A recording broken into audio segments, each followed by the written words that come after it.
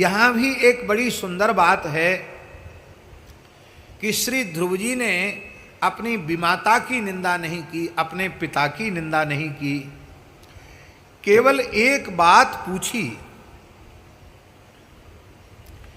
कि हे मां, तुम एक बात मुझे अवश्य बताओ, भार्यात्वेपि च सामान्ये कथम सा सुरुचि प्रिया, कथम न भवती मातः प्रिया क्षितिपते रसी। मैं यही जानना चाहता हूँ कि आप भी पूज्य महाराज महाराजाधिराज उत्तानपाद महाराज की ज्येष्ठ महारानी हैं और मेरी विमाता सुरुचि भी उनकी महारानी है, तो क्या कारण है कि आप महाराज को प्रिय नहीं हो और मेरी विमाता सुरुचि ही महाराज को प्रिय है? इसका कोई विशेष कारण है क्या? मैं बड़ा होता हुआ भी उत्तम नहीं, गोद में बैठने के लायक नहीं, और वो मेरा छोटा भाई वह उत्तम हो गया, उसका नाम उत्तम हो गया क्योंकि वह सुरुचि का पुत्र है। तो हम यही जानना चाहते हैं कि मेरे पूज्य पिताजी आपके प्रति सम्मान का भाव क्यों नहीं रखते हैं? धन्य है, ऐसी माता न होती तो ध्रुव जैसा पुत्र कैसे उत्पन्न होता है।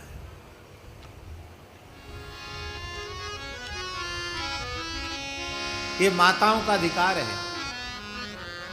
वे यदि सुनीति का अनुकरण करें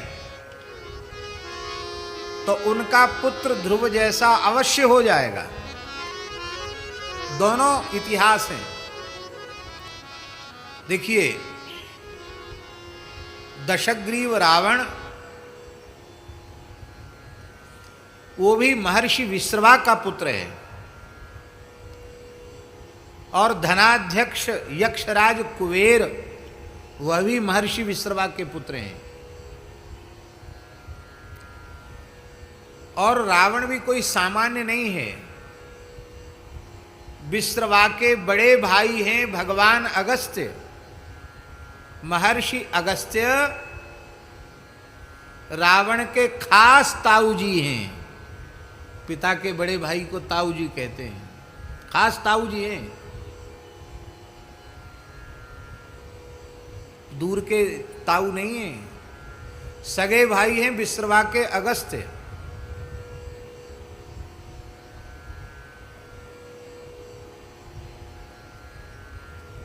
पर रावण के ऐसे संस्कार कैसे हो गए? स्पष्ट लिखा है, रावण को राक्षस बनाने में उसकी माता कैकसी की भूमिका है। श्रीमद् वाल्मीकि रामायण के उत्तरकांड में प्रसंग आता है कि धनाध्यक्ष कुबेर अपने पिता महर्षि विश्रवा को प्रणाम करने आए। उन्होंने चरणों में प्रणाम किया, अपनी माता को प्रणाम किया, कैकसी माता को प्रणाम किया। रावण आदि वेद पाठ कर रहे थे, उनको भी बहुत स्नेह दिया। और वो प्रणाम करके जब चले गए तो रावण ने अपनी जन्मदात्री माता से पूछा, माँ, ये तेजस्वी महापुरुष कौन थे जो विमान में बैठकर आए? मेरे पिता को भी प्रणाम किया, आपको भी प्रणाम किया, मेरी विमाता इडविडा को भी प्रणाम किया, कुबेर की माता, और हम लोगों को भी बहुत प्यार दुलार किया। ये महापुरुष कौन है? तो कैकसी को कहना चाहिए था कि बड़ा भाई पिता के तुल्य होता है, रावण ये तेरे बड़े भैया कुबेर जी हैं, अरे तुमने इन्हें प्रणाम क्यों नहीं किया? ये कहना चाहिए था। लेकिन इतना सुनते ही कैकसी लंबी लंबी श्वास भरने लगी, रोने लगी। बोले, तुम्हारे जैसे बलिष्ठ पुत्रों को जन्म देने के बाद भी मैं अपने दुर्भाग्य को कोस रही हूँ, अपने आप को कोस रही हूँ, अपने दुर्भाग्य को कोस रही हूँ। मेरी सौत का पुत्र लोकपाल बन गया, धनाध्यक्ष बन गया। लंका हम राक्षसों की ही थी, उसका राजा बन गया। ये पुष्पक विमान में घूमता है, और एक तुम हमारे पुत्र हो। सहैव 10 भी पुत्रैहि भारम बहति गर्धवी। गधी 10-10 बच्चे पैदा करती है और जीवन भर बेचारी मलबा ढोती है। और एकेनैव सुपुत्रेण व्याघ्री स्वपति निर्भया। एक ही पुत्र को जन्म देकर सिंहनी ठाठ से सोती है। तो मेरा मातृत्व व्यर्थ हो गया। रावण ने कहा, ऐसा क्यों तू कह रही है, क्यों रो रही है, बता क्या चाहती है। बोले, मैं यही चाहती हूं कि तुम कुबेर को नीचा दिखाओ, इतने बलशाली बनो, लंका छीन लो, राक्षसों के राजा बनो, इसके लिए तप करके शक्ति प्राप्त करो। प्रणाम करके रावण चला गया और उसने कठोर तप किया, तप करके शक्ति प्राप्त की।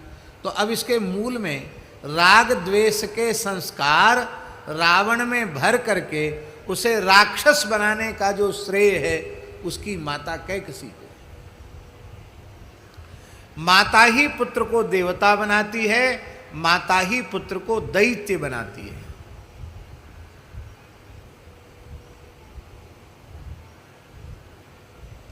पिता के संस्कार भी पुत्र में आते हैं किंतु कम आते हैं, माता के संस्कार ही अधिक आते हैं। इसलिए हमारे यहाँ सनातन धर्म की परंपरा के अनुसार, पद्धति के अनुसार मातृकुल की पवित्रता पर विशेष ध्यान दिया जाता है। विवाह संबंध में मातृकुल कितना पवित्र है इस पर विशेष ध्यान सबको देना चाहिए, क्योंकि मातृकुल की पवित्रता से ही संतान पवित्र होगी। पिता की भूमिका मात्र गर्भाधान की है, पर 9 महीने तक उदर में पोषण करना वो केवल अपने रक्त से पोषण नहीं करती है। संतान उस गर्भधारिणी माता के विचारों से पोषित होती है, उसके संस्कारों से पोषित होती है। जो कुछ गर्भिणी अवस्था में माता करती है, सुनती है, देखती है, सोचती है, विचारती है, उन सब संस्कारों का प्रभाव उसके गर्भगत बालक पर पड़ जाता है। सुनीति माता का अनुकरण यदि माताएं करें तो उनका पुत्र ध्रुव अवश्य हो जाएगा। आजकल विश्व सुंदरियों के चुनाव होते हैं, अखबार में निकलता है कौन के सिर पर विश्व सुंदरी का ताज धरा जाएगा। और ये जो चयन की प्रक्रिया है बड़ी अश्लील है, ठीक नहीं है। वस्तुतः विश्व सुंदरी कौन है विश्व सुंदरी? श्री मलुकदास जी विश्व सुंदरी की परिभाषा दे रहे हैं। मलुक सो माता सुंदरी, जहां भक्त अवतार। मलुक सो माता सुंदरी, जहां भक्त अवतार। बिना भक्त बांझे भई, जन्मी खर कतवार। यदि भक्त को उत्पन्न नहीं किया तो उसने गधों को जन्म दिया है।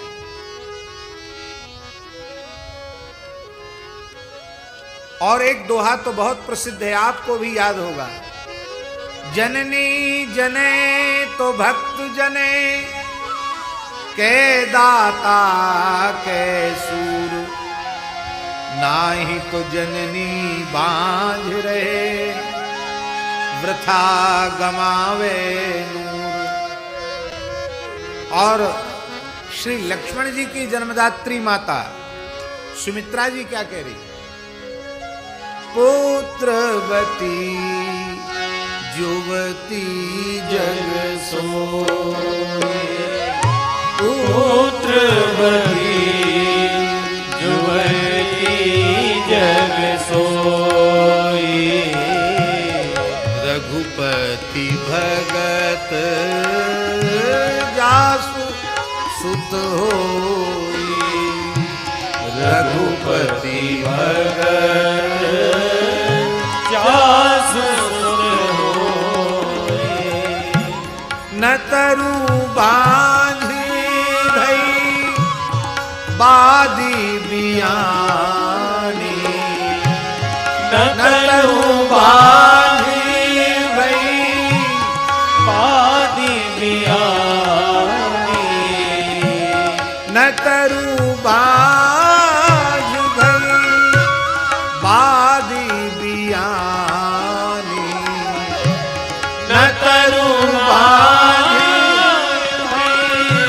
बादी बियानी, राम विमुख सुत ते हित जान, राम विमुख सुत ते जाए।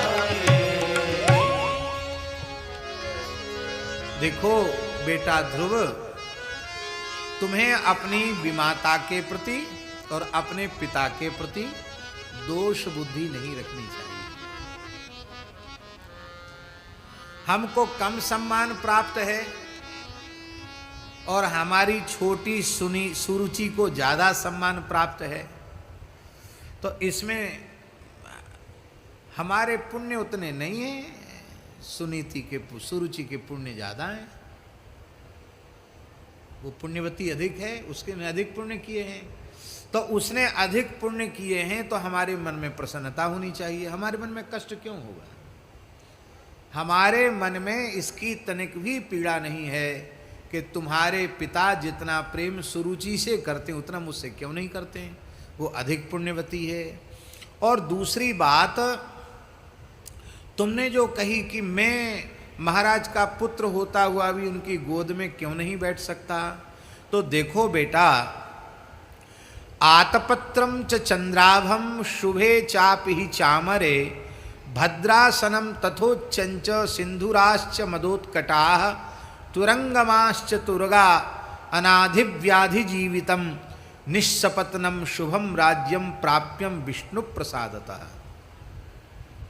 देखो बेटा ध्रुव, चंद्रमा के समान श्वेत निर्मल क्षत्र, सुंदर चमर, सुंदर मणिमय रत्नमय भद्रासन, सुंदर सिंहासन और मदमाते हाथी घोड़े, आदि व्याधि से रहित जीवन, निष्कंटक राज्य, ये भी अपने पुरुषार्थ से नहीं मिलता। ये तो विष्णु प्रसादतः, प्राप्यम विष्णु प्रसादतः, भगवान की कृपा से मिलता है। तो लौकिक संपत्ति भी तुम भगवान की कृपा से प्राप्त करो और अलौकिक संपत्ति भी भगवान की कृपा से प्राप्त होगी। तो तुम भगवान का आश्रय लो, किसी मनुष्य का आश्रय मत लो, भगवान का आश्रय लो।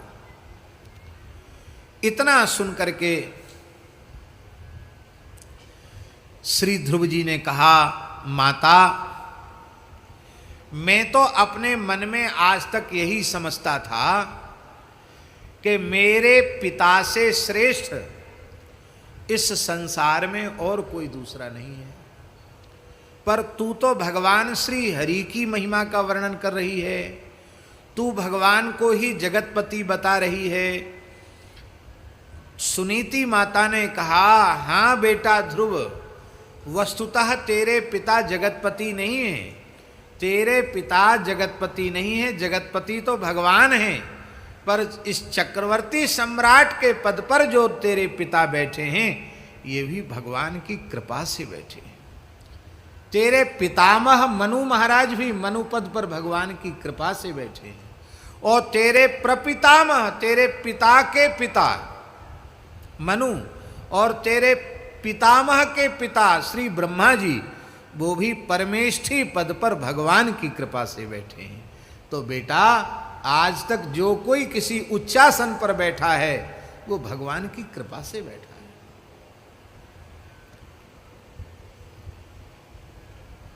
ध्रुव जी ने कहा, तो मां मैं प्रतिज्ञा करता हूं, जो वस्तुतः सारे जगत के पति हैं, स्वामी हैं, मैं उन भगवान की उपासना करूंगा और ऐसी उपासना करूंगा कि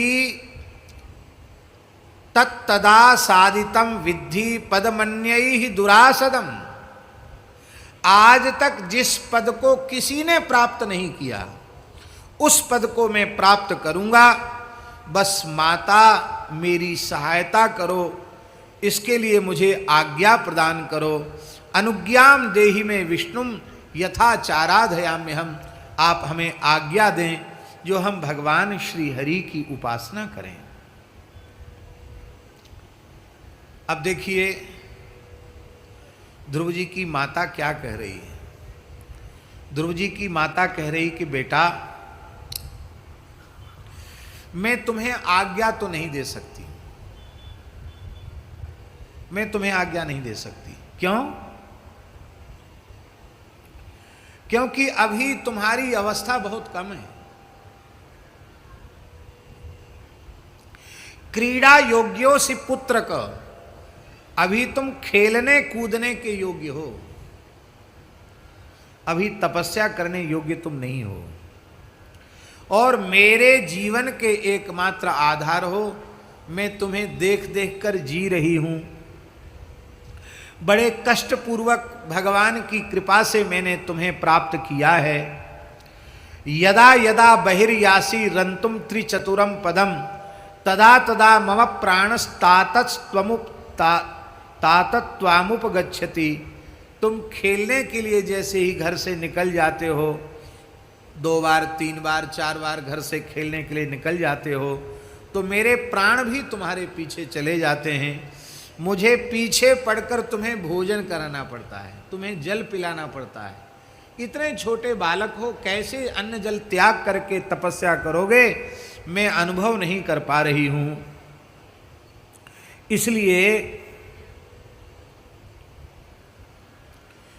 बेटा अभी यहीं रहो, बाद में चले जाना।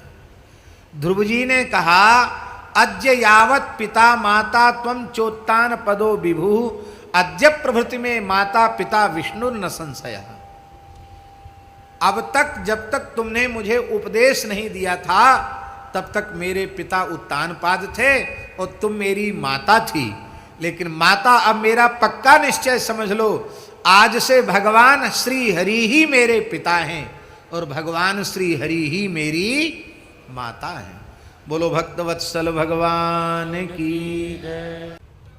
सुनीति माता ने कहा कि बेटा जो कुछ आज तक किसी को मिला है, तुम्हारे पिता को, तुम्हारे बाबा को, तुम्हारे परबाबा को, वो भगवान की कृपा से मिला है। तो सीधे भगवान को भजो ना। ध्रुव जी ने कहा अब तक तो मैं यही समझता था कि मेरे पिता ही सर्वोपरि हैं, जगतपति हैं।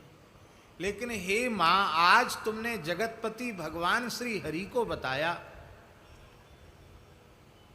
तो निश्चित ही अब मैं भगवान श्री हरि की उपासना करूंगा।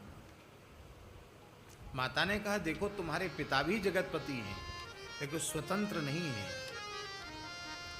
भगवान की कृपा से ही हैं।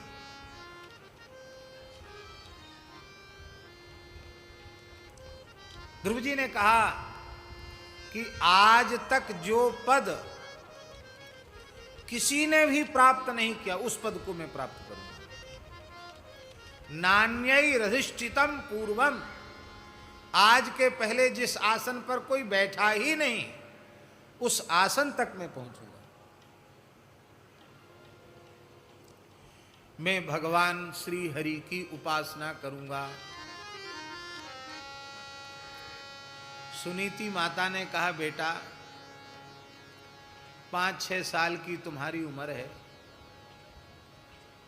और अभी तो तुम खेलने कूदने चले जाते हो, तो मैं तुम्हारे पीछे लगी डोलती हूं कि कुछ खिला दूं इसको, तुम्हें जल पिला दूं, तुम्हें कुछ खिला दूं। और तुम घर से जाते हो बालकों के साथ खेलने तो मानो हमारे प्राण ही तुम्हारा अनुगमन कर लेते हैं। फिर ऐसी स्थिति में तुम निर्जन वन में अन्न जल का त्याग करके कठोर तप कैसे कर सकोगे बेटा? भगवान की उपासना बड़ी कठिन है। धन्य है। श्री ध्रुव जी ने कहा कि माता,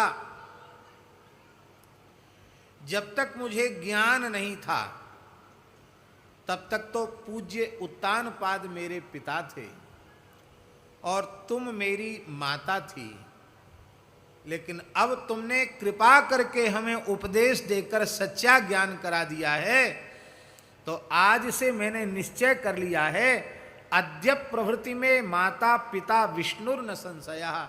आज के बाद मेरे पिता भी भगवान विष्णु और मेरी माता भी भगवान विष्णु, भगवान श्री हरि ही मेरे माता पिता हैं। धन्य है, माता हो तो ऐसी हो। सुनीति ने कहा कि हे बेटा ध्रुव, यदि तुम्हारा यह सुदृढ़ भाव है तो मैं तुम्हें सहर्ष आज्ञा देती हूं कि तुम तपस्या करने जाओ। क्यों? क्योंकि विष्णोराराधने नाहं वारये त्वां सुपुत्रक, जिह्वा मे शतधा यातु यदि त्वां वारयामि भो। भगवान की उपासना के लिए, भजन के लिए कोई प्राणी निश्चय कर ले और भजन के पथ पर आगे बढ़ना चाहे, उसको कोई रोकता है तो सुनीति माता कहती हैं उससे बड़ा कोई पाप नहीं है। भजन के मार्ग पर कोई जाना चाहता तो उसका उत्साह बढ़ाओ, उसको रोको मत, उसके मार्ग में रोड़ा मत अटकाओ। ना हम बारहे, मैं तुम्हें रोक नहीं सकती। यदि मैं तुम्हें रोकूं तो जिह्वा में शतधा यातु, मेरी जिह्वा के सैकड़ों टुकड़े हो जाएं। यदि मैं तुम्हें रोकूं तो मेरी जिह्वा के सैकड़ों टुकड़े हो जाएं। भैया, नृसिंह पुराण के इस वाक्य के अनुसार हम लोगों को यह प्रेरणा प्राप्त करनी चाहिए कि चाहे पुत्र हो, पुत्री हो, पत्नी हो, भाई हो, मित्र हो, अपना चाहे जितना सगा संबंधी हो, यदि वह भजन के मार्ग पर आगे बढ़ना चाहता है तो अपनी मोह ममता त्याग कर, अपनी स्वार्थ वृत्ति त्याग कर उसको भजन के मार्ग पर आगे बढ़ाओ, उसके मार्ग में बाधा मत उत्पन्न करो।